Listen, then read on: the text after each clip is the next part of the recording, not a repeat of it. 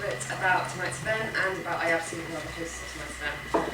So you obviously know a little bit about tonight's event, otherwise you wouldn't have come. But it's called Journey to Success. We've had a couple of these down in London, we've had really good feedback, so hopefully you'll enjoy it. So it's essentially a careers event, so we've got an excellent panel of people who've had and are having successful careers in this industry. And hopefully this is a chance for you guys to ask questions about how they got there, if they've got any advice, any tips, what to do, what not to do, if they do anything differently. So ask any questions. Hopefully you've all had at least one drink, so you can be a bit more relaxed and can ask maybe even awkward questions. Feel free to ask any questions. IABSE are hosting tonight's event. It's the International Association for Bridge and Structural Engineers. You might have heard of them, you might have not. We are an international association, so we've got lots of national groups all over the world, and we have loads of events. So tonight's event is being held by the British group. We have a couple of international conferences every year, different places, different topics. The national group holds a lot of events, and some particularly aimed at young people, such as tonight's event. We also have another great event which is coming up in spring in Manchester called Future of Design. So that's a one-day conference and it's for young people, it's organised by young people. And it's really meant to inspire and tell you a bit about some really cool projects that are happening in this part of the country, also a bit internationally as well. There's opportunity for young people to talk themselves as well, so we'll be asking for abstracts. So hopefully this is a bit of a warning if you guys have any cool projects you're working on and want to present. And we've got debate sessions as well, so it's an opportunity for young people to get involved in potentially controversial or, maybe not controversial, is the right word, but discussion topics that are good to discuss. I can't think of the right words. So that's enough from me. I'm going to hand over to Paul, who is our chair today. Thank you very much. Thank you. Yes, I've got the watch. I have the power. I can shut people up what I want. Lovely to be asked to be here. I'm from Mott, MacDonald, just up the road in Altrincham. I might as well start off by doing a little bit of a 5 minute of myself, because then let everybody else settle in, and also it'll explain a few things. All right. I myself am not a bridge engineer. I do engineering on bridges, but I'm not a bridge engineer. I'm actually a materials engineer. I didn't intend to be a materials engineer. I wasn't sure whether to be a metallurgist or to go to film school when I finished college, if I'm honest. I went to an international college in South Wales. It's Atlantic College, United World College of the Atlantic. They brought all people from all over the world together so they could learn together and decide that they wouldn't kill each other in the event of a nuclear holocaust. In the event, just everybody went away with all their preconceived ideas confirmed. In fact, one of the first lecturers there was famously quoted in the Times. He said, "When I came here, I really hated Germans and I didn't know why. I've been here 3 years. I know why now." That was very unfair, because to be honest, it did work in the respect of sort of saying, everybody's the same. Except the British organised everything, but weren't necessarily very good at it. I'll give you that one. We were great. We did all the sports days, all the arts things. Anyhow, so I left there. I sort of fancied doing film, but then I also fancied going home and not getting beaten to death by my grandmother. So I went towards metallurgy. I think I'd liked the word metallurgy because I saw it on a sign when I was quite a small boy on the bus going to Liverpool. There was a little place that said metallurgical factory, and I thought it meant weather. So I asked somebody and they explained. I thought, that sounds good. It's a good word, isn't it? Anyhow, I was going to do metallurgy at Manchester, but unfortunately the gentleman, the elderly gentleman who was looking after intake, couldn't work out whether I'd matriculated or not, because I'd done the International Baccalaureate. You ought to remember this is 1976. That's a year, by the way. It's not there were people alive in those days. So 1976. Have you matriculated? I said, you tell me, don't you? He said, oh, in that case, I would better say no. So I ended up going to Aston, because it was the only university in the UK that had International Baccalaureate as an accepted entry level at that time. Every university has it now. In fact, there's a lot of people do it. It's a 6 subject. It's a mixture of sort of broadens the mind and gives you 2 years of misery, but it's basically probably a good thing. I was going to do metallurgy, and they said, oh, we've got a new course, we just started, materials, would you like to do it? I thought, that sounds all right, everything's made of something, I can't go wrong with this. So I did materials as a first degree. I got interested in concrete because we have, I think, 10 one-hour lectures about reinforced concrete, and it seemed quite interesting, the durability of it. I did a PhD on reinforced concrete. Went to work for Atomic Energy Authority for a couple of years, not doing concrete, because I've done concrete for too long now. Decided that concrete was actually more interesting than bearings and things. So that I'm not talking about bearings and bridges, they're huge, interesting things that always go wrong. I'm on about little bearings in mechanisms and the like. So I ended up going to MacDonald about the time they're starting on the site phase of the Channel Tunnel. And they realised that perhaps having somebody who knew about materials wouldn't be a bad thing. Because prior to that, I mean, the standard engineering decisions at that time on materials were if you can't make it out of steel and you can't make it out of concrete, make it out of nylon or stainless steel. Nylon meant anything that wasn't metal or concrete, and stainless steel meant anything that they thought wouldn't rust. And it caused all sorts of problems. So the first thing that they built on this, everyone just nodded, they'd got a device that was to stop foxes going into the tunnel, because at that time they're convinced that we were all going to die of rabies within weeks of the tunnel opening. There's all these French foxes with a bad attitude who come storming through and bite everybody in the south of England, which suddenly didn't happen. It could have readdressed the whole balance in north-south divide. But the French side had thousands of hours of film of them trying to electrocute foxes, basically. I mean, they said it was research. I think it would probably appear on a special website these days. All of it was a complete disaster because they had made it literally out of nylon, and what they thought of was stainless steel, which I think was 304 possibility. What they really needed was something that was dimensionally stable, had the correct sort of electrical properties in the case of stainless steel, something with the right thermal conductivity. And that's where things like materials come in handy. It works in collaboration with the designers. And as we move along and as we go away from the traditional coatings and we go more towards new and innovative approaches, obviously innovation with track record, we realise that. You can't let, you want innovation, brand new. How long's it been used? Oh, weeks. No, I want something with 25 years track record. Oh, that's a bit tough when you want innovation. But you can do it occasionally because you think carbon fibre. That was a good innovation in track record because we started using carbon fibre in structures. On the justification, we'd used it on steel structures before and things like battleships. So there we are. I've been at Mott for 25 years now. I have a little materials team there. We do materials and corrosion, and we work with the bridge people, the tunnel people, the anybody people. We don't care. We're not picky. Done a lot of nice jobs on bridges. One called Witness Bridge. Done a lot of work on that over the Mersey, the cathodic protection that's on all of the reinforced concrete elements on that now. The corrosion protection mechanisms on some of the suspension bridges. It's been people like ACOM who've actually introduced dehumidification systems onto the main cables, but we introduced the inhibitor system that's going into there as a bit of a backup as well. So, you know, it does sort of make some sort of sense. You'll have noticed that I've got professor. It always sounds good there. It's better than payment. It's cheaper than payment. I actually do between 1 and 2 days a week at Sheffield Hallam Materials Engineering Research Institute, Centre for Infrastructure Management, paid for partly by Mott, partly by the Royal Society, depending on, it's either 1 or 2, depending on who's paying, which technically means I actually have a better attendance record than some full-time professors, so there you go. Visiting professor would be confusing sometimes. But it's nice to have a foot in both camps, because it gives me a chance to see what's going to be, and maybe influence it, as well as seeing what is. And that's also useful to them, because unfortunately a lot of universities, if they're not careful, they end up concentrating completely on what's going to be and what used to be. And there's sometimes a bit of a yawning gap in the what is, particularly in things like as dynamic as engineering.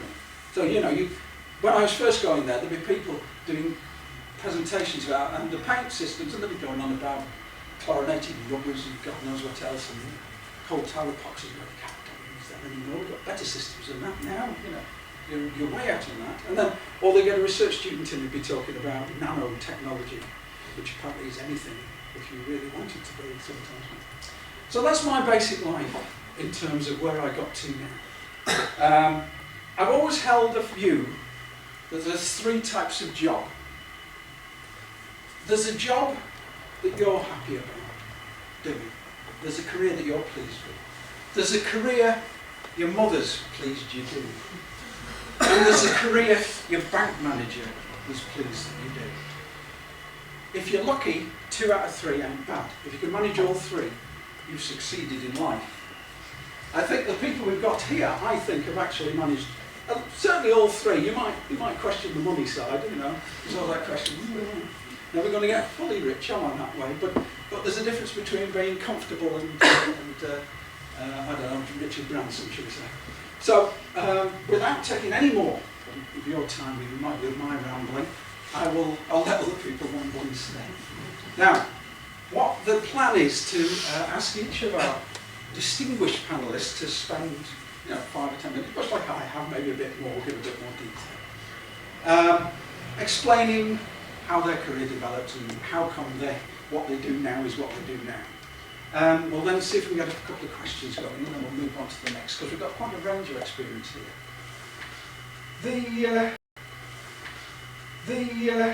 The part of Mark Bowman, I'm afraid, is being played by, I'm not afraid, but I'm afraid he's not well. So I'm afraid his part is being played by Brian Duguid. He's not going to do an impression, he's going to do a Brian Duguid impression, so that's even better. He's a colleague of mine at Mott. He's very much into a proper bridge engineer. He's not a pretend one. And in fact, if he doesn't mind, I'd like him to start. So Brian, if you give us some insight into how come you haven't left, you got a better job anywhere else, that would really do us a lot of good, wouldn't it? Thank you, Brian. I'll pass over. If I think you're going on too long, I'll make a subtle sign. I'll run in front of you where we are. But I'm sure it won't come to you. Right, I'm going to set a precedent for the panelists by standing up, because I'm not sure. I think it's better too. But it's easy if I stand I up. think it's better too. So yes, I'm a last-minute substitute for Mark Bowman. Mark Bowman is a technical director in bridges at ACOM, and I'm a technical director in bridges at MacDonald. And I found out I was doing this about 9:15 this morning, so apologies if I'm slightly doing more disjointed and more rambling with Paul, which cheers. Interesting. So I thought I'd start by telling you sort of who I am, what I do, and then sort of go back to the beginning and hopefully briefly explain how I got there, which mostly is complete luck and happenstance, really. So I am a fellow of the Institution of Civil Engineers, which usually is a sort of sign you've done something reasonable in your career. I'm a technical director at MacDonald. Like Jemana, I'm a member of the executive committee of the British group of IABSE, not the technical director bit, the IABSE bit there, so you're getting confused. And I'm also practice leader for bridges in MacDonald, which means I look after all our regional bridge engineering teams. So apologies for the bridging flavour to this for those of you who are not bridge engineers. Also make sure all our teams work together, make sure they're professionally excellent, that they're doing the right business development, and basically sort of make them look like a unit rather than like lots of different officers all over the place. So that's kind of that's the badges I wear, if you like, these nice sort of titles. I'll come back hopefully at the end if I remember and tell you what I actually do on a day-to-day basis, because it's not necessarily reflective of those things. Perhaps a bit like Paul, I sort of fell into my career not necessarily completely through accident, but certainly not entirely through choice. And most of my early career, there was very little choice involved at all. I was quite good at maths and physics at school, as most people who go into engineering are. And I applied to university to apply both for a career in law. A law degree might suit me, it was quite logical, could do that. But I thought I might try engineering. And the lawyers rejected me, which was a good thing, otherwise I wouldn't be here tonight. And I said, no, we're not having you. So I went to study engineering at University of Aberdeen. University of Aberdeen does a general engineering course, or did back then. This was 1986. And that basically meant you went in, you did a 4-year degree, and the first 2 years were general. So I studied electrical engineering, mechanical engineering, civil and structural engineering. And after 2 years of that, it was blindingly obvious to me that I was not doing mechanical and electrical anymore. It drove me mad, it seemed very boring. And at Aberdeen, basically that was to set people up for a career in the oil industry, which I had no real interest in doing. So I said, this civil and structural stuff sounds quite nice. Get do some buildings, maybe get some built, get some achievements. I went and did 2 summers of site experience, site office experience for Arup, a small firm down London. And that proved quite good. Some interesting construction challenges, dealing with contractors, dealing with architects. And again, I sort of said, okay, this is quite good, I've probably done the right thing. Finish off my degree, which I did, and work out what to do next. So I applied for a job.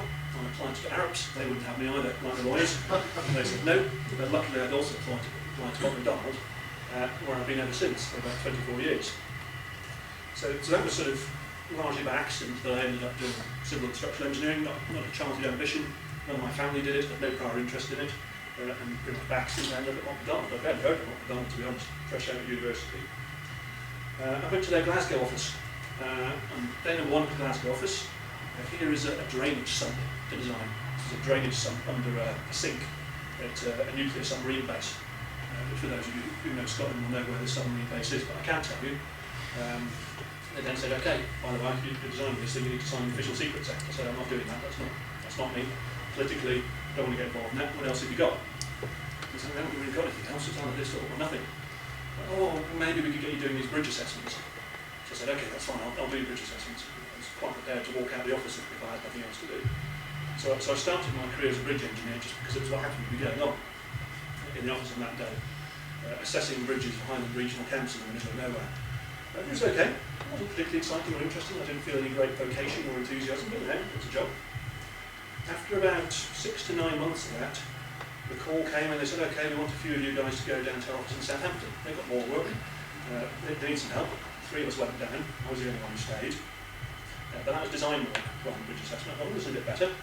It was big motorway schemes, extension to the M3 motorway, and then shortly after that, A34 Newbury bypass, which older people in the audience would call was environmentally one of the most controversial schemes of its own. It won us a Cochrane Structures Award, so we were quite happy. But that was quite good, so I to design. A couple of years after that, things weren't going quite so well economically. We decided to close down the office. The government wasn't building so many roads. Closed it down, offered us all a job in our Croydon office, which is our HQ. I said, okay, I'll do that. That's fine, not too bothered. So none of this had really arisen by chance. Spent a long time in our Croydon office, which is our sort of head bridges office in the UK. Got involved in lots of things. I did international work, UK work mainly, railways, highways, footbridges, you name it, designs, assessments, whatever. It turned out that I knew how to turn computers on and off, so I got asked to be the computer IT rep for the department. I said, okay, I'll do that as well, that's fine, not a problem. Not a choice, but I'm sure I can figure that out. So I did that for a bit. Bit by bit, these things sort of transformed into something else. So one day, or 1 year, I was a team computer rep. About 3 or 4 years after that, I was on our company CAD working group, helping to write our CAD systems manual. And a couple of years after that, I was on our corporate group systems committee. Decided all our IT systems and helping decide what they were going to be sort of UK-wide and beyond. But it was all just because somebody sort of said, oh yeah, do you fancy doing this? I said, okay, we'll give it a go. A lot of the work that I did down there, I think it's probably about the first in my career that I realised it, was that I sort of found a mentor. And with a guy in our Croydon Bridges team called Roger Hickman, who was a highway bridge engineer, and he was a very good engineer. He could draw things and could simplify things. And I began to think, actually, maybe there's not just a thing that I'm doing, but actually there's somebody here who I can aspire to be like. And not only could he draw things, he could paint things. When we did artist impressions for our bridges in the UK and around the world, he did them for us. We didn't go out to an architect or an architect, he just sketched it up. I'd love to be able to do that. Still can't do that. That's what I'd like to aspire to be able to do. To make bridges look nice, which is what he did by drawing. And also to simplify problems, and do that I couldn't quite possibly see how he did it. I worked there for a while. I eventually grew tired of life down south. I had a young family, so I wanted to move away, somewhere a bit more economical to live. Phoned around our various offices. We've got lots of offices in a big country like ours. I think I looked at Glasgow, Newcastle, Birmingham and Manchester. And it was a bit of a no contest in terms of what accent we wanted our child growing up with. So apologies to any of those other areas. My wife and I were quite adamant. And we had Manchester connections, so her family came from here. And I lived here for a couple of years when I was a child as well, so let's get to Manchester. And I thought this could be a bit of a step down, going from a big sort of corporate HQ to a regional office. Maybe I won't be doing anything very interesting. I'll be working on international schemes and big projects and all the rest of it. But it was quite the opposite. And certainly since moving to Manchester, I've probably been involved in all the best projects of my entire career, including the one I'm working on right now, which I'll mention in a moment. And a lot of the reason for that was it was a smaller team, and I felt empowered, whereas in a big office, big corporation, with a lot of politics, you couldn't necessarily do things that the boss didn't want you to do. Having moved here, it was much more straightforward. what I wanted to do, I'd begun to figure out, was things like architectural design competitions, highly sort of design-led bridge structures, and I could do that. I could just say, I want to go and do this, and do it. It was quite simple as that. If it wasn't to make the company money, I would do it my own time. That was fine. Not an issue. Quite often these things don't make the company money. But at last I was able to do it. So over the last few years, that's what I've done quite a lot. Do a lot of railway bridges, highway bridges, but also quite a lot of architectural stuff. And as I say, all my best projects have been up here. So in terms of sorts of things I've worked on, Nottingham Tram, it's a big scheme down the Midlands. I was involved in the preliminary design phase for that before it went to D&B, contractor phase. And I was made responsible for all the structures on the scheme, every single one, every single bridge, every building. And also for two key locations, a location next to QMC's hospital in Nottingham and Nottingham Station itself, we just won an award for the bridge there. So that was quite exciting, that was being able to take a bit of power. And what's particularly exciting was being able to make design decisions and actually finally being in a position where actually I could say it was going to be this kind of bridge for this reason, and I could decide how I was going to look and sell that to stakeholders and the clients and so forth. So that was quite good. That was a good opportunity. I also started getting involved in IABSE, which was quite nice. I basically saw that they were having what they called a colloquium, which is like a mini conference, invitation only, bridge design competitions. And I just come off the back of a bridge design competition in Glasgow, which we felt had gone spectacularly wrong, and we felt clients should learn from. So I basically just said, I want to go to this, and I sort of spoke to one of my directors and said, get me on this colloquium. It's invitation only, unless you can get me an invitation, I can't go. So they managed to wangle it, and I went to that, and so much sort of progress. Meeting architects and doing those sort of things advanced from there. So that was beginning again some of the parts of the career where instead of just sitting back and seeing what I'm asked to do next, that was I really want to do this, and it's paid dividends. I got lots of contacts and work out of that. Also, sort of larger projects again. What I'm currently working on is a big scheme called Northern Hub. This is a railway scheme here in Manchester. Parts of it go really not very far away from this building. My role on that, again, I wear different hats. So on that job, I'll become the engineering manager for a joint venture they call MacDonald. They wanted someone who, it's largely a bridge-led scheme, lots of new viaducts through central Manchester. And that's all about shepherding resources, making sure the right people are working on the job, but also, again, trying to affect key design decisions, trying to get the architects to talk to the engineers, trying to get the maintainer to talk to the engineers, trying to get stakeholders happy. And that's a hugely complex, hugely interesting scheme, which occupies my every waking moment, unfortunately. But again, that's an opportunity here in the Northwest. It's very exciting. And I know there's one or two people in the audience who are involved in that themselves. So that's pretty much all I want to say, really. It's not going to come to a great conclusion, but I started an early career of not really knowing what I wanted to do, just taking things as they came along, bit by bit beginning to figure out, as Paul said, this is a job I actually enjoy. These are the bits that I enjoy, beginning to sort of force myself into those parts of work. Please my mum, yes, my mum was very happy. Bank manager not completely quite there yet, as Paul suggested, but at least ticking 2 out of 3 Paul's boxes. So that's my career.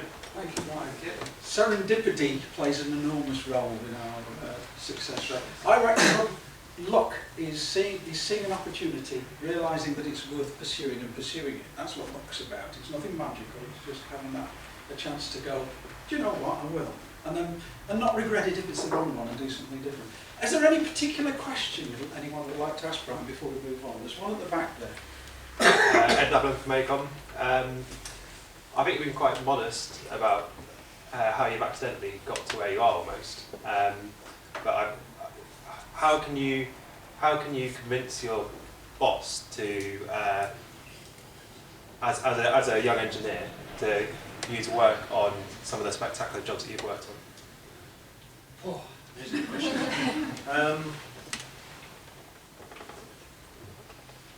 It'd be interesting to see what some of the other panelists say, because they'll come from quite different perspectives, I suspect. I come from quite a big corporate perspective. I think Mott's employs something like 16,000 people, not as many as your own organisation, but quite a large number.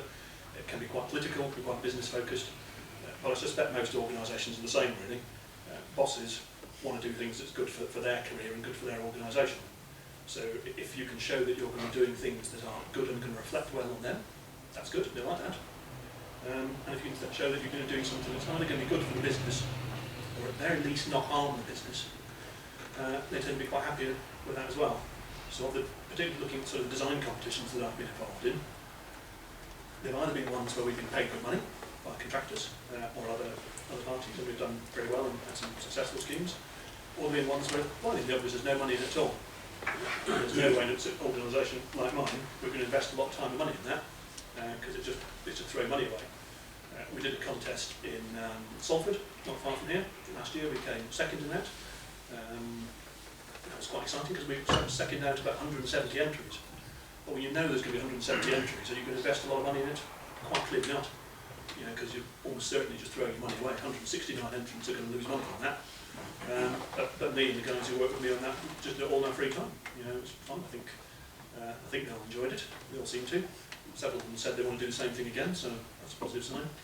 So I think it's finding how these opportunities fit into the business, whatever your business background is. That's what I would say, and being willing to invest a bit of personal time and effort if it's something you really want to do, but isn't going to make money for your business. The business is there to protect itself.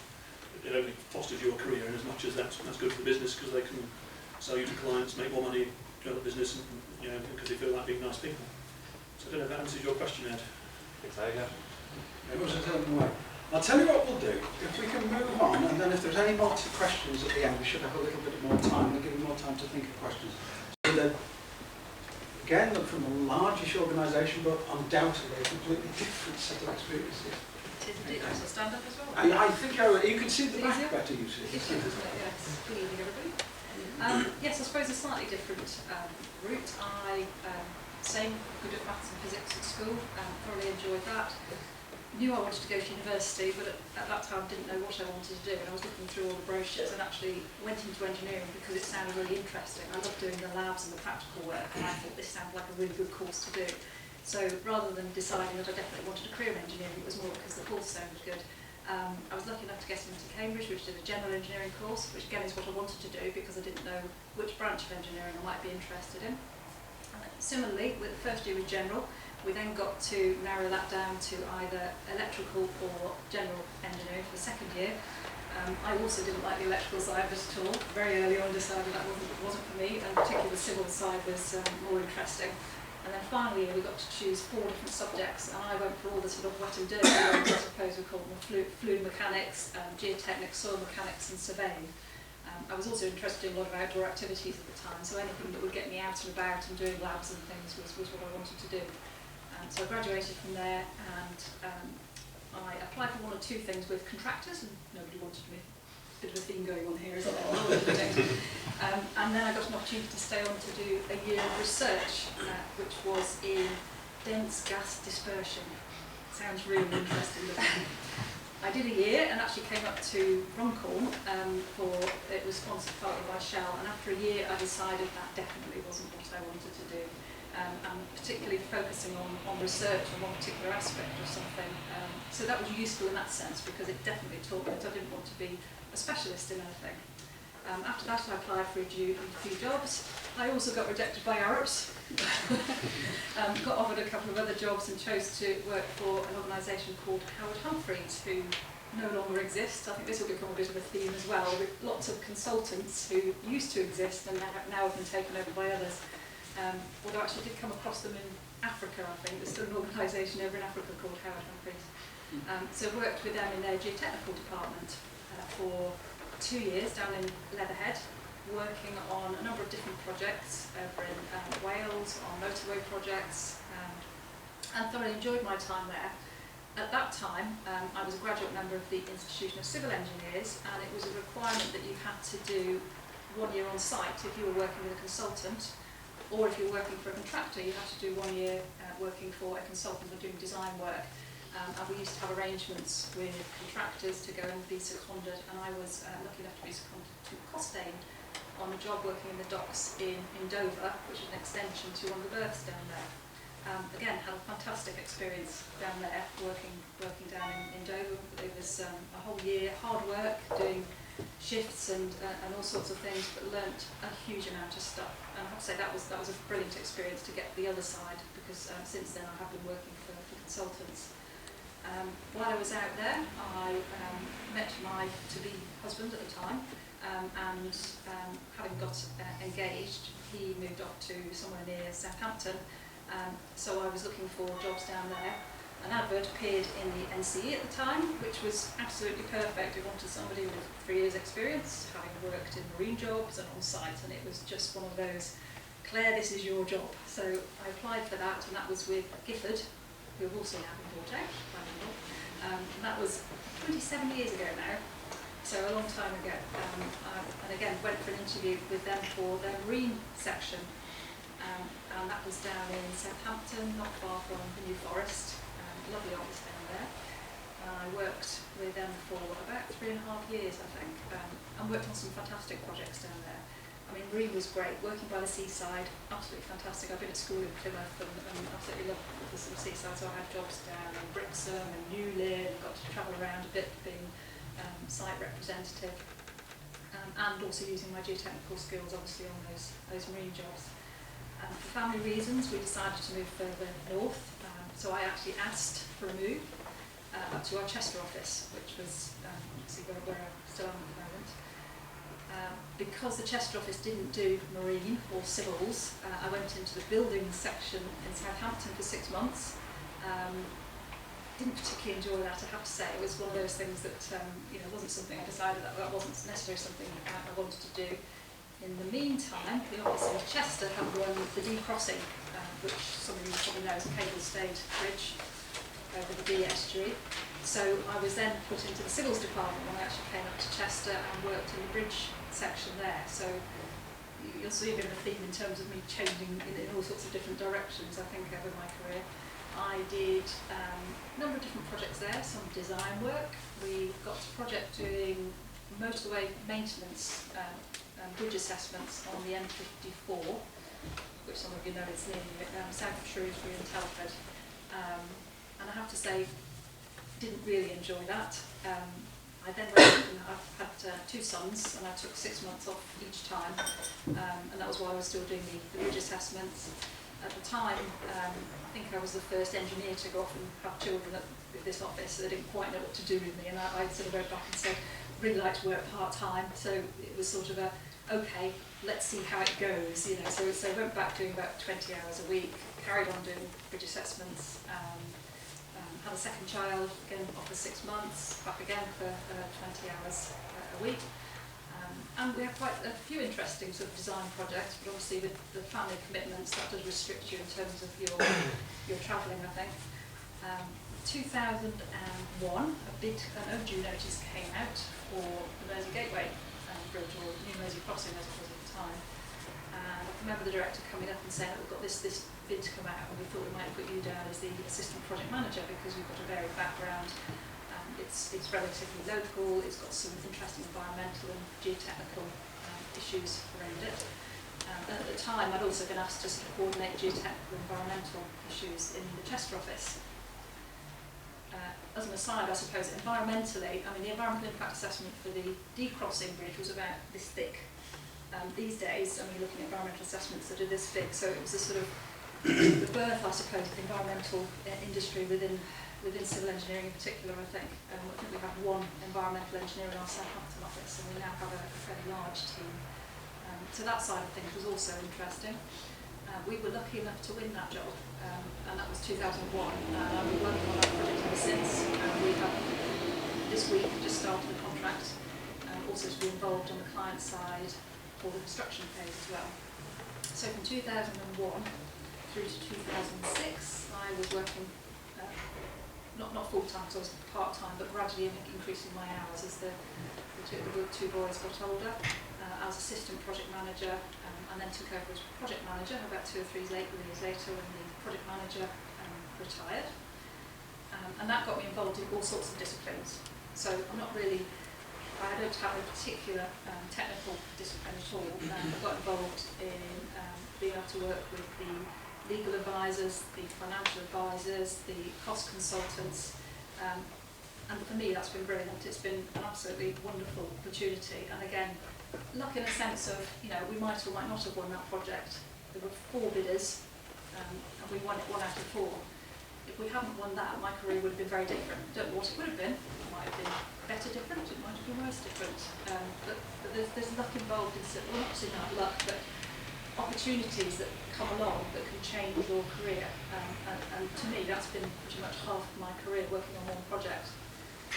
So 2006, the Mersey Gateway team was formed. They decided to have a dedicated team at Halton, and I was seconded to Halton as their project manager, which again was an opportunity I sort of engineered. I think at that time I decided it would be great to be involved, but in a different capacity. And the chap who was going to become the project director kind of had a word with on the side and said, "Do you think you might like a project manager over there?" And he sort of agreed in the end and put out a notice for a job, and I was there for years. And again, that was a very different experience to working in the consultant side, so you do get to work more on the client's side and working very much more directly with some of the other consultants, like the legal advisors and financial advisors in particular. And that was all about putting the business case together and statutory processes, the planning applications and orders. So not particularly technical in that sense, but obviously also overseeing all the technical aspects of it and working with the design teams as well.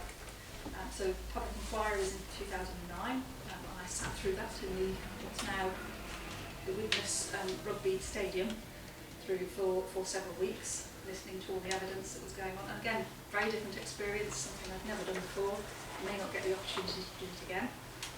But again, fascinating, all the objectives that turn up, very different sort of role to your engineering, sort of being in the office, being there and understanding the concerns of the public, which I think is important for everybody in anything that you do, understanding what the stakeholders think about your project. 2009 I went back to the office in Chester. Took a while to reacclimatise, I have to say, to the office, which I'm sure some of you, if you've been out on site, you might understand that sort of feeling that you've been out somewhere else and suddenly you go back to an office, have to suffer the office politics again, and perhaps don't quite know what your role is. Again, still acting as a project manager for Mersey Gateway, but also getting involved in one or two other things. When it got to procurement, which was 2010, I was offered the opportunity to be part of the what's called a core dialogue team through the procurement process.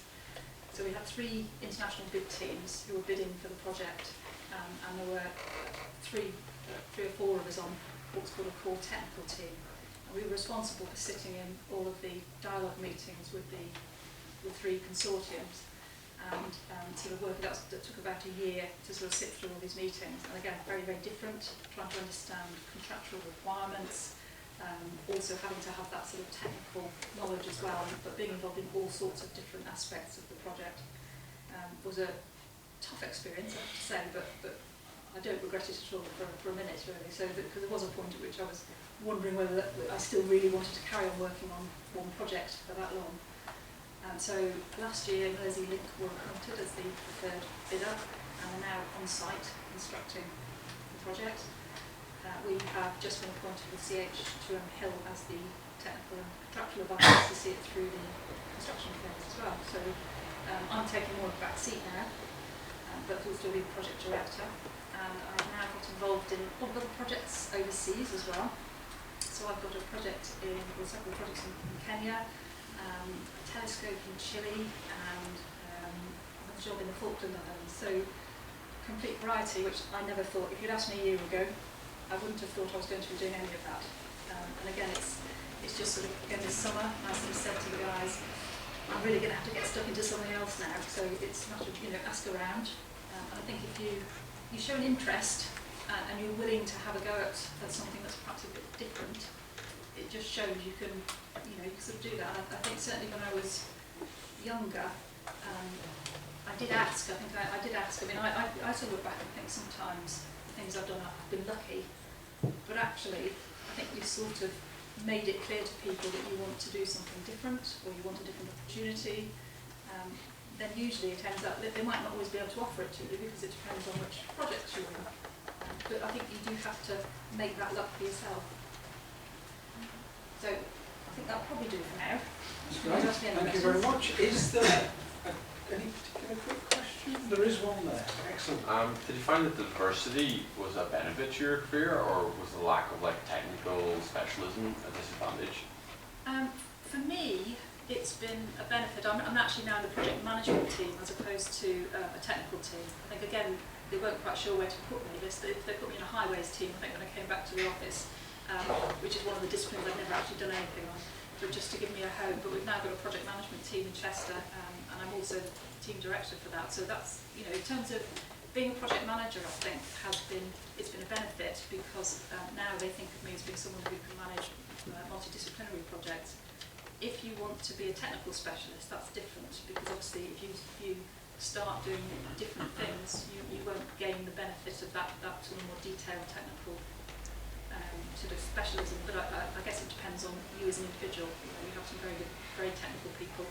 I would never profess to be an expert in anything at all. I'm very much a jack of all trades, I think, then. That's great. We'll press on in the hope of having a bit of time at the end for any questions. I've got a couple on that, but I'll save that for the end. So I'd like to move on to how this career in this wonderful business managed to be developed. Pete, thank you very much. Thank you. Good evening, everybody. I come from the contractors world. I'm a project director for Skanska Construction, currently in charge of the Northern Hub, which is a great project to have won. I run as bid manager as well, which is even more sort of rewarding side of the company.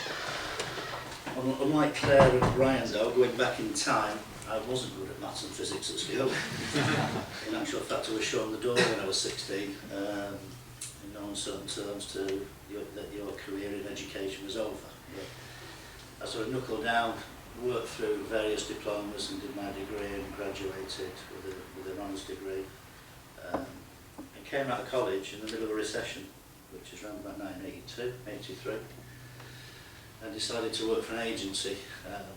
Agencies are sort of, there's a place for them in our industry, but it didn't particularly suit me. My first job was night shift at Torness Power Station, which was really enjoyable. I then moved on to a job where they asked me to do an underground drainage survey in the middle of Peterborough, which they gave me a van, 2 manual keys, a sledgehammer, and a tin of dye, I think it was. And I thought to myself, what the hell am I coming to here in this industry? But, so I didn't last long, to be honest. I moved on to a regional business, and that was pretty much the same, to be honest. That wasn't much different. It was pretty depressing in times. I did a job at Skanska Reservoir once upon a time. If I don't even know where Skanska Reservoir is, it's right at the top of the Pennines. I was in a porter cabin counting tickets that were coming into stabilising embankment, and I did complain to my agent that there was no light in the office and there was no heat in the office, so he bought me a box of candles. And I thought to myself, I've had enough now, sitting over here, thanks very much. I then sort of moved on from that, so it was I changed company about 3 times in the first 2 years. I ended up with a company called McAlpines, as they were, after McAlpine, and spent 3 years at the shiplift and construction hall at Barrow and Furnace, which was a fantastic project.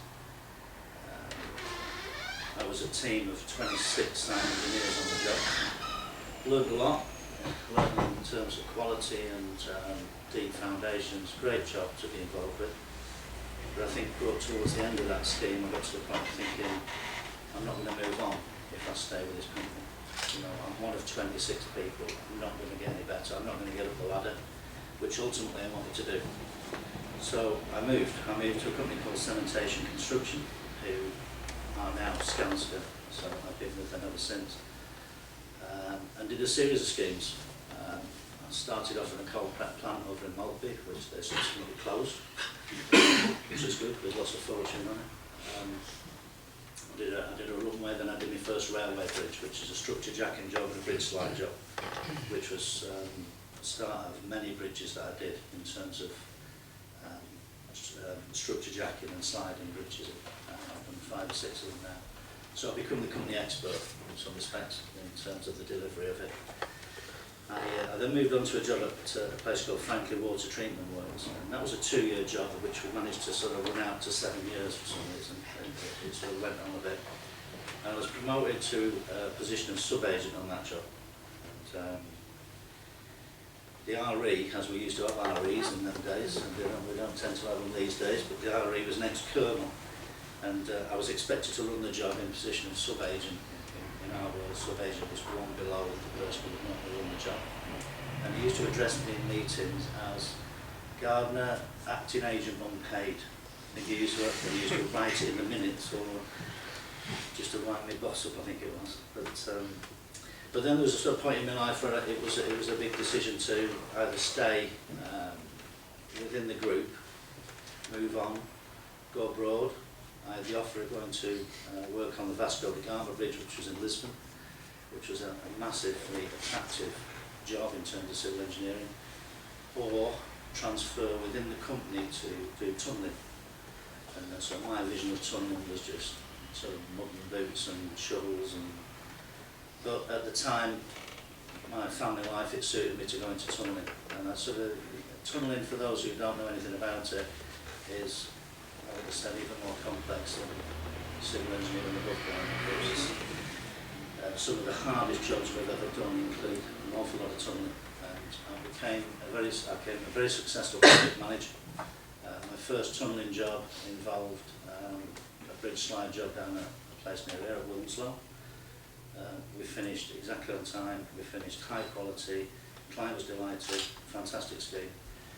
I then stayed with tunnelling and did 2 or 3 schemes, and included sort of bailing out a particularly bad job in Ireland, where just before I got there they had an issue with burning dynamite, actually. There was a listed structure across the road, and of course there was a huge explosion. You can actually burn dynamite as long as the sort of you don't have all the components with it. And I interviewed one of the guys there, and the Irish lady who talked to me, he said, well, when I heard it go off, I took cover behind the diesel Bowser. And that was a sort of standard of people working. Since then I sort of transferred back from the tunnelling world, having sort of made a bit of a name for myself, to come back to the civil engineering game again. I did a series of large structures which were award-winning. I did Newark Dyke Bridge, Stratford Station, which is part of the Jubilee Line extension, which is a really tough job. And from there, really, I sort of progressed through project manager to contracts manager. I then took on a fairly big £150 million scheme for the railway, which again was massively successful in our world.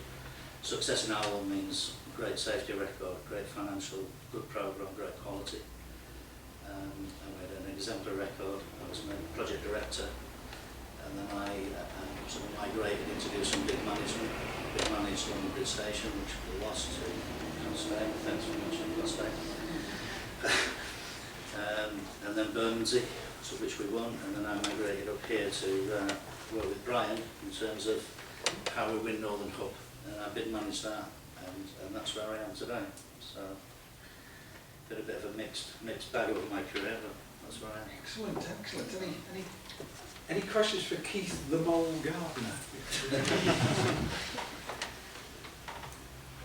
Because it's quite a different aspect. This is from the sort of contracting side on the consultancy side.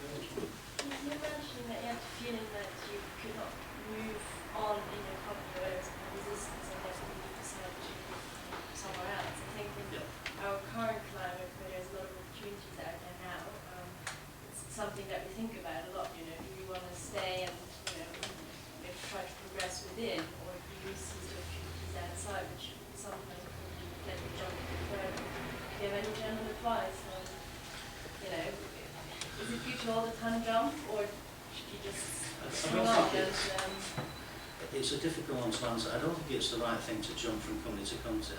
I read a lot of CVs, and if I see a CV of somebody that's flipped from company to company, I don't read it between the lines. I don't look at it particularly well. I expect people to move early on in their career. I think it's important that if you are going to move, try and pick up other things which are more diverse from the background. I've stayed with the same company for 27 years now, and I think you tend to see the people within the company who are going to be the future. You can see them straight away, and I think I see a lot of people come back, I also see a lot of people come back, so I can only advise you choose your companies extremely carefully. I'm delighted with the company I work for. I think Skanska are a fantastic company to work for.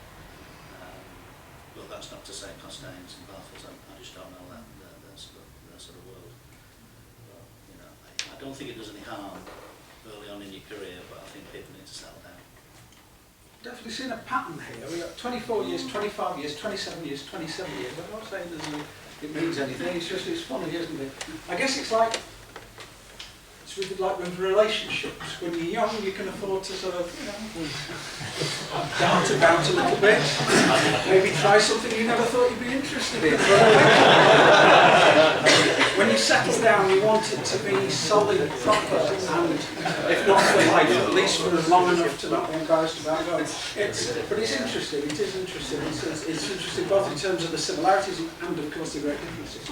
And if we now move on to head up, to finish up this stage, these presentations, we now get something quite different in terms of, we're not talking about companies that are the size of South American countries. We're talking about a more personal and a more perhaps intimate in terms of your own control over what goes on. Yeah.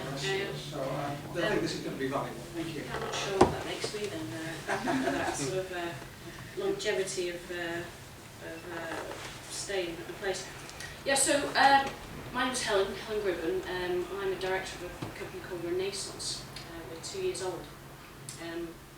And to give you some background of myself and my career, I grew up in Manchester, in North Manchester, a place called Failsworth, which is halfway between here and Oldham. I went to school in South Manchester and had a real passion for buildings. It's just something about it, nothing to do with my family at all. I used to do a lot of drawing, and most of the drawings I did were around buildings. And in my sixth form, the head of sixth form sort of pointed me in the direction of engineering and architecture. And I did a bit of research at the time, went to see a few architectural practices, had some conversations with them, and this whole idea of a 7-year sort of gestation period before you could actually become chartered and be a real architect sort of put me off a little bit. And I went and did a degree civil engineering with architecture in Leeds, which some of you may have studied there. And I had a great time there. I took some time between years and worked for a company called IABSE in London. They did a lot of historical refurbishment work, and that really kind of got my sort of thing. It sort of tied in with a lot of the interesting buildings and older buildings, and the sort of drive to understand how things evolve, etc. But I still had at the back of my mind this sort of idea, well, maybe I could have done architecture.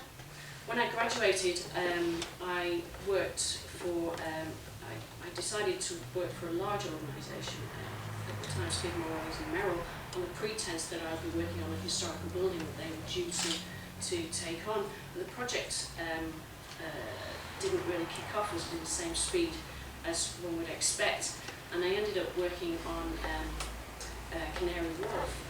And as sort of big and interesting as that was, it really wasn't me.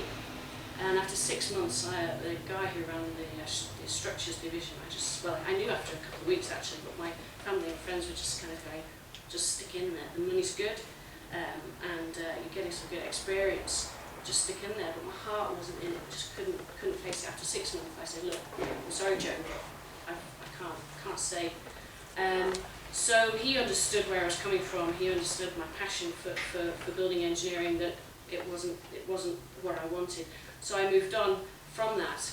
I worked for a company called Michael Barclays, and whilst I was at Michael Barclays, I had some fantastic experience. Quite a small organisation at the time. There were about sort of 25 and 30. But I still had this thing about architecture. Should I have trained as an architect? And so I decided to understand whether it was the right or wrong decision when I did a master's in architecture, actually at Queen's University in Belfast. And it was one of the best experiences of my life, insofar as I was there doing part 2s, architecture, with architects in the studio, actually working with them, critting with them, engaging, learning their vocabulary, learning what made them tick, understanding their sort of how they saw the world, and really what drove them in terms of the creative side of design and building engineering. And I was sort of in there in the thick of it, and I did realise after, I think the third project in, that actually, as much as I loved this creative environment, I could not be an architect. Part of that was that I could never resolve plan and elevation. It sounds a very simple thing, but I just couldn't do it. It was just, maybe my thinking was just too logic, that it just never resolved. And I always came up with like crap elevations and great plans, or crap plans and great elevations. Just the two never came together. So it was just like, right, I've done it. I've satisfied myself that I don't want to practice as an architect, and came back out of that, and was hoping to go back to the same organisation. But at the same time as I was leaving, I was kind of looking around the marketplace and looking at engineering practices that had an architectural bent, that were interested as much in the aesthetic and achieving that aesthetic, working with the architects as they were about delivering some good engineering. And at the time, Technica had recently set up, some of you may know Matthew, who came up and did a lecture quite recently down at the university. Matthew and a guy called Mike Haddy recently set up the business, and I called them up and went to see them, and they didn't have any opportunities at that time. So I said, okay, well, I ended up going back to Baxter's and working there. And then one day the phone rang, and it was the guys from Technica saying, we're in a position to offer you a job if you're still interested. And this was like 12 months later. I was like, definitely. So I went to see them, we had a chat, and I went and joined them, and I stayed with those guys for 6 years. And coming back to the point earlier, I joined them as quite a young organisation, and I just maybe do myself a disservice here, but from a career perspective, I got chartered whilst I was there, but I couldn't see a progression for me. With some fantastic experiences in terms of design and the architects we were working with, but it was a little bit flat after that.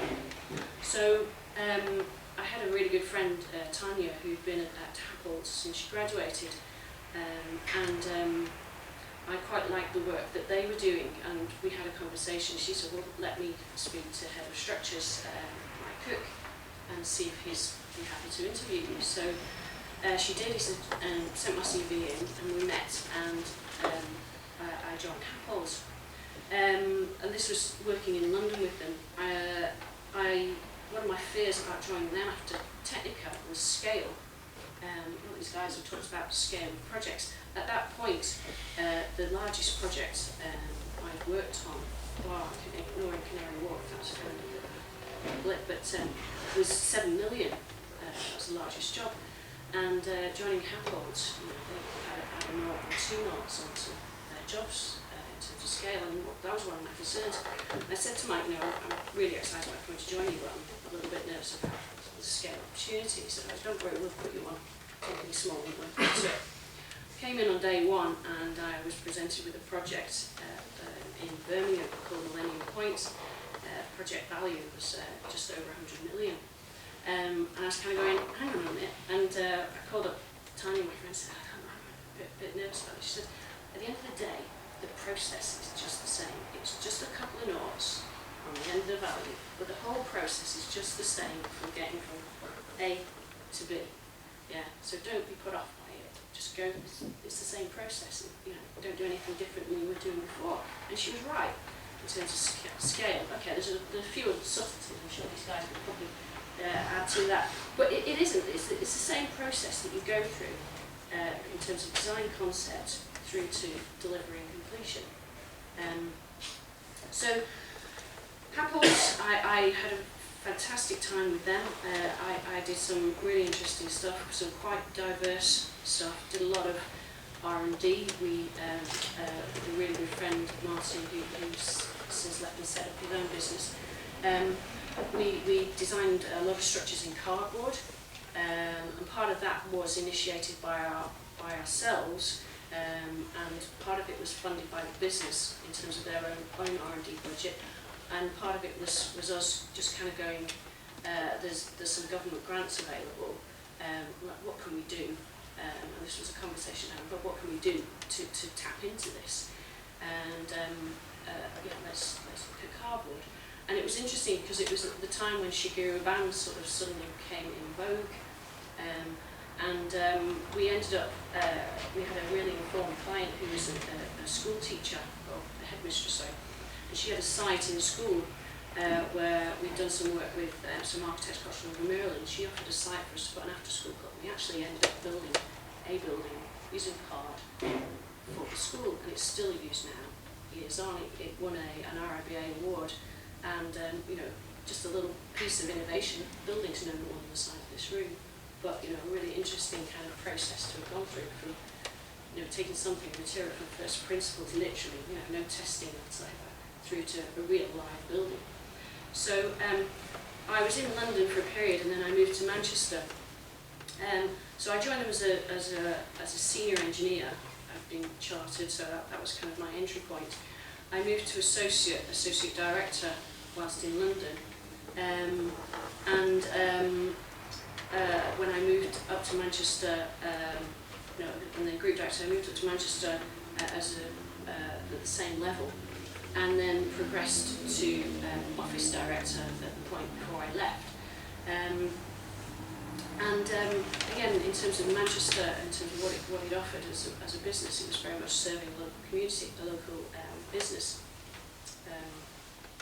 a local climate. But I made the decision 2 years ago, which was sort of at the time of the downturn, and it was interesting just catching up earlier about experiences in larger organisations. Part of my concern was that the larger organisation wasn't nimble, agile enough to serve the locality, and it was being managed slightly from afar. And there was this desire to do something more than what I could do within the confines of that company. And so a conversation or two with a few people, I made the decision to make the move and set up myself. I kind of look back and think, well, you know, now having the freedom and just sort of that sense of empowerment that you mentioned earlier, the sort of the ability to make those decisions that drive my own future, the business's own future, my co-director Kevin's own future, is really quite liberating. And coming back, I wish I'd done it earlier, but actually, did I have the skills to do it earlier? Did I have the experience to do it earlier? Did I have the confidence to do it earlier? Did I have the connections to do it earlier? Because part of what I need to do now is, not only do I need to be the technical person, but I need to be the salesperson, I need to be the accountant, I need to be the project manager, I need to be the marketing person. You've got to wear multi hats, which these guys do, but there's, it's all on your shoulders at the end of the day. If the job goes well, it's because we've done a good job. If the job goes badly, it's because we've done a good job. There's no kind of pointing fingers at all. And our group, we employ 8 people, but they're not all full-time. And part of what we're looking for as an organisation is to have a core group of people that are good engineers, and then we surround ourselves with, let's just call them associates, that are equally good, that we know well, that will support us and provide us with those services that as a small business we can't sustain. So geotechnical engineers, for example, there's no way that an organisation of our size can support full-time a geotechnical engineer. And so we bring that service in, and they work under our umbrella as a consultant to us. And the same with some of our more heavy civil engineering. We do a lot of the building civils ourselves, but any more heavier civils stuff, we have a consultant guy who comes in, works under our umbrella to do that. And what we're about is, we're about agility. We have clients that come to us because they know that we can give them an answer without having to go back to the office, which if I'd done this 10 years ago, I would have said, I just need to go away and have a little look to see what the answer might be here. But also, I think it's also about relationships and personalities as well, being able to communicate and being able to put across your interest and passion for what it is your clients are trying to achieve. Our client base ranges from architects through to contractors, through to developer clients, through to housing trusts.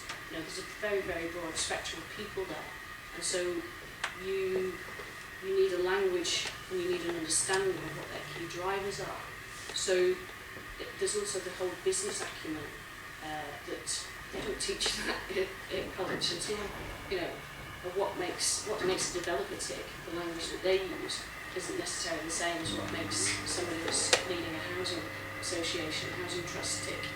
And that's not the same as what this architect who has his vision wants to hit. Either, you know, it's having the skills to be able to communicate across the board.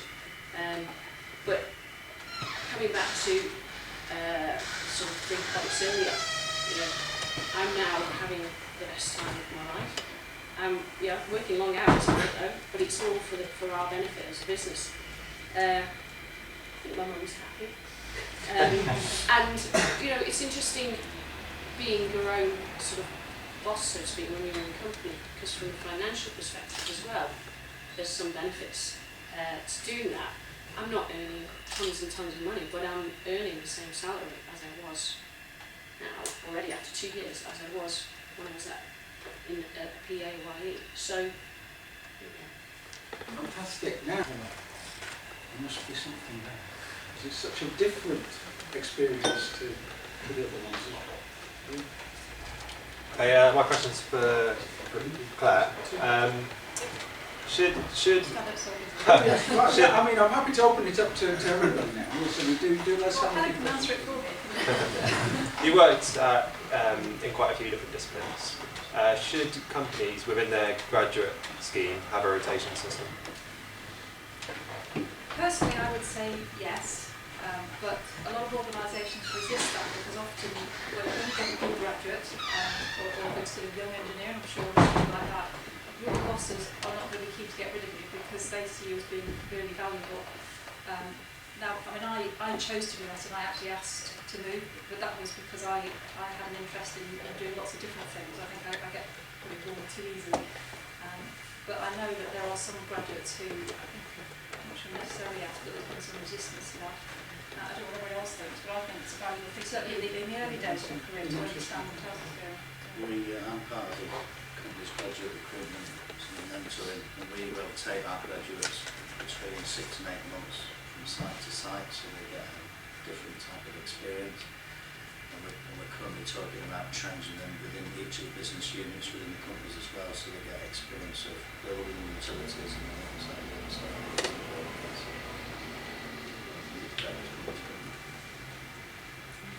Observations there? I'd say if the opportunity was there to experience something else, then take it. Because it can only add to your skill set, and you get a different perspective on how problems are approached, which you just wouldn't otherwise have. Which is, you know, you can't. It's so valuable. It really is. Yeah, I think I've put a slightly different slant on it, because I think the learning about different disciplines and things is quite useful, but I think it's also different kinds of projects. You know, I come from quite a heavy civil engineering background, where you tend to, you know, be very analytical, very focused, and very calculation-based, very technical. But when I first worked with an architect, that was quite a difficult experience for me. For any of you who sort of come from more building structures point of view, it's, you know, that's more fun life. And I think it would be good for me in my career to work on different kinds of projects, different kinds of clients, different partners. Because I think it's all about learning how to communicate with those people. So it's not necessarily understanding the details of their engineering world or their business world or whatever it may be. But it's about getting into meeting those people and being able to communicate. And certainly later in people's careers, a lot more of it is Helen was talking about having to deal with different stakeholders, different kinds of organisations, and put yourself into their vision and understand what they want. So more ability to get out early and start understanding those different perspectives. I think that's what I see younger engineers getting the opportunity to do.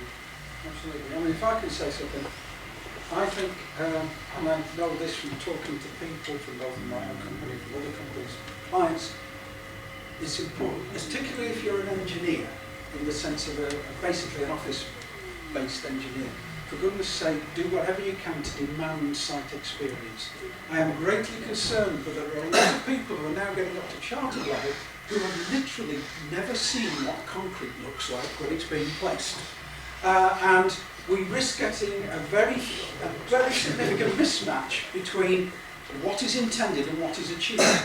It is interesting that we have teams of 20 or 30 perhaps highly qualified people, cherry-picked for having good degrees, encouraged to be chartered with their chartering bodies, who painstakingly use computer technology to ensure that the reinforcement is nowhere near where it ends up being on site, because the people who are placing it didn't realise it had been designed by a cumulative IQ of 20,000 with one of the world's best computer programs. So it's sometimes there's a mismatch between what is achievable and what is achieved, and we need to make sure that that isn't missed out. Frankly, if it's a bit of blinding, it doesn't matter. If it's a foundation, it probably doesn't care too much. But the more we go into the elegant, the more we go into the sustainable, so that we're putting smaller covers on because we don't want to waste concrete. We have more elegant structures because we want to make them more resilient in other ways. It becomes more and more critical, and we risk getting to a position where we design the perfect building that cannot possibly be constructed because we have no awareness of how the two interrelate. So I would say, please, if you get a chance to go on site, if you get a chance to work with a contractor, if you're a consultant in particular, I think that way around is very important. That's where we risk missing out. Bully your bosses into letting you go, because it's very important. Until you've had a miserable day on site, and you realise that it's all very well saying that the water cement ratio shall not exceed 0.38, and you've just seen 4 inches of rain land on it after it was placed, then life starts to become real, and you start to understand what buildability is all about. So, are there any last questions before we let you go and eat? So I suspect a lot of you are in a position where you hire people. Looking back on some of the jumps that you made, and the indecisiveness that some of your decisions came from, would you hire yourself? Hell no. Nothing but a troublemaker. Yes, I would. I think if you're looking to make a move, if you're interested, always research the people you're going to. Yeah, don't turn up and not know who they are. Understand what it is that you want from them. And it sounds quite mercenary, but you know, be confident, but also be enthusiastic. People want people that are just passionate.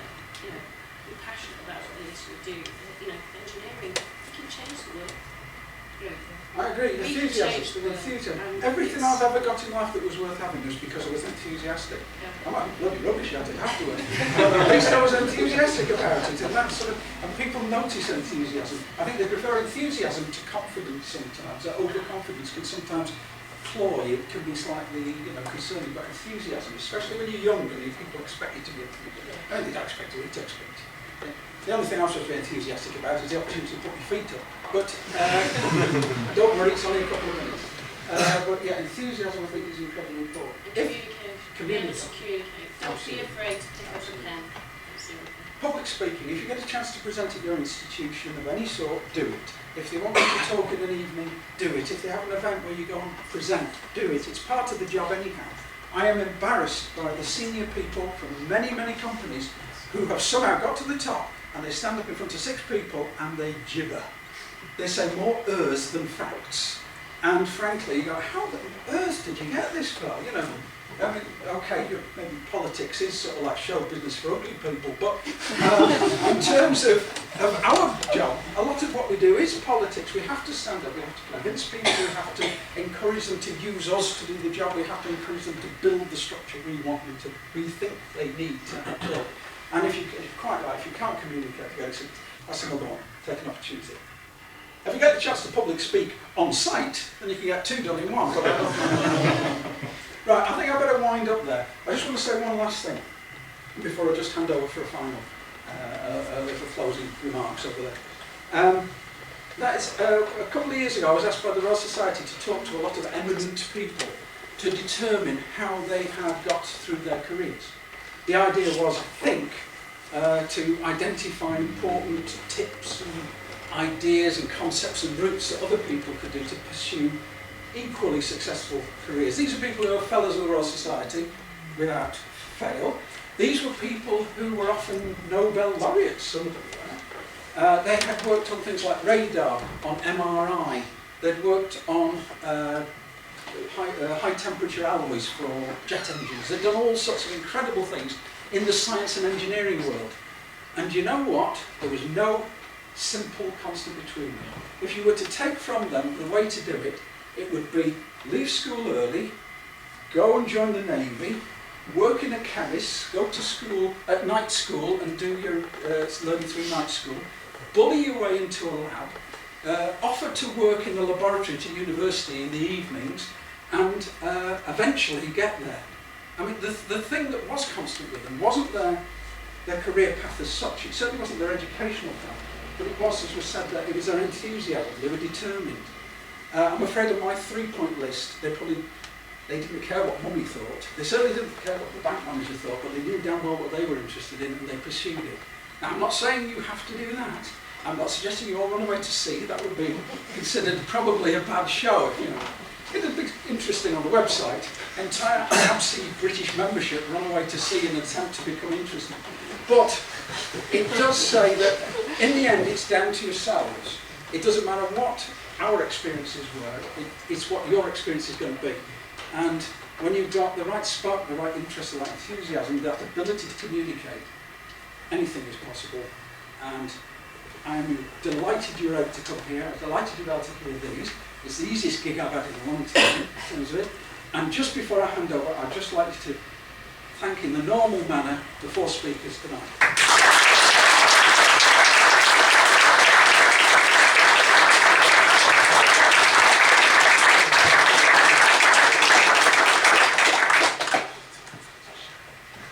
So I'd just like to close up, it's ridiculously hot here, and the food's probably getting cold, so one thing I'd like to say is I think it's been ridiculously barbaric of us to confine these guys to 5 minutes. They haven't done very well with that. But I've written a little summary on each, only 1 sentence each if you please hear, or just 3 or 4 words of that. And I will start with Paul. I've summed him up as the fox killing engineer. And Brian, the accidental engineer. Claire, the utility engineer. And Helen as the opportunistic engineer. You're missing out, Keith. Oh, sorry, Keith, the neglected engineer. Okay. So if you I've really enjoyed each of their speeches, and so I'd like to, can we give them a little round of applause, please?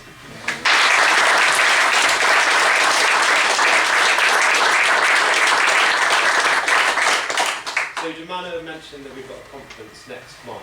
It's here in Manchester, 27th of March. We've got some absolutely fantastic speakers. I'm dying to tell you about them, but I can't just yet. But what I will say is there's some cars downstairs, pick them up, follow us on Twitter, and we'll tell you about it in due course. If I was to, I think we really need to urge your boss, like Brian did, to try and attend this conference. But I think that's all I have to say really, so go and get some food.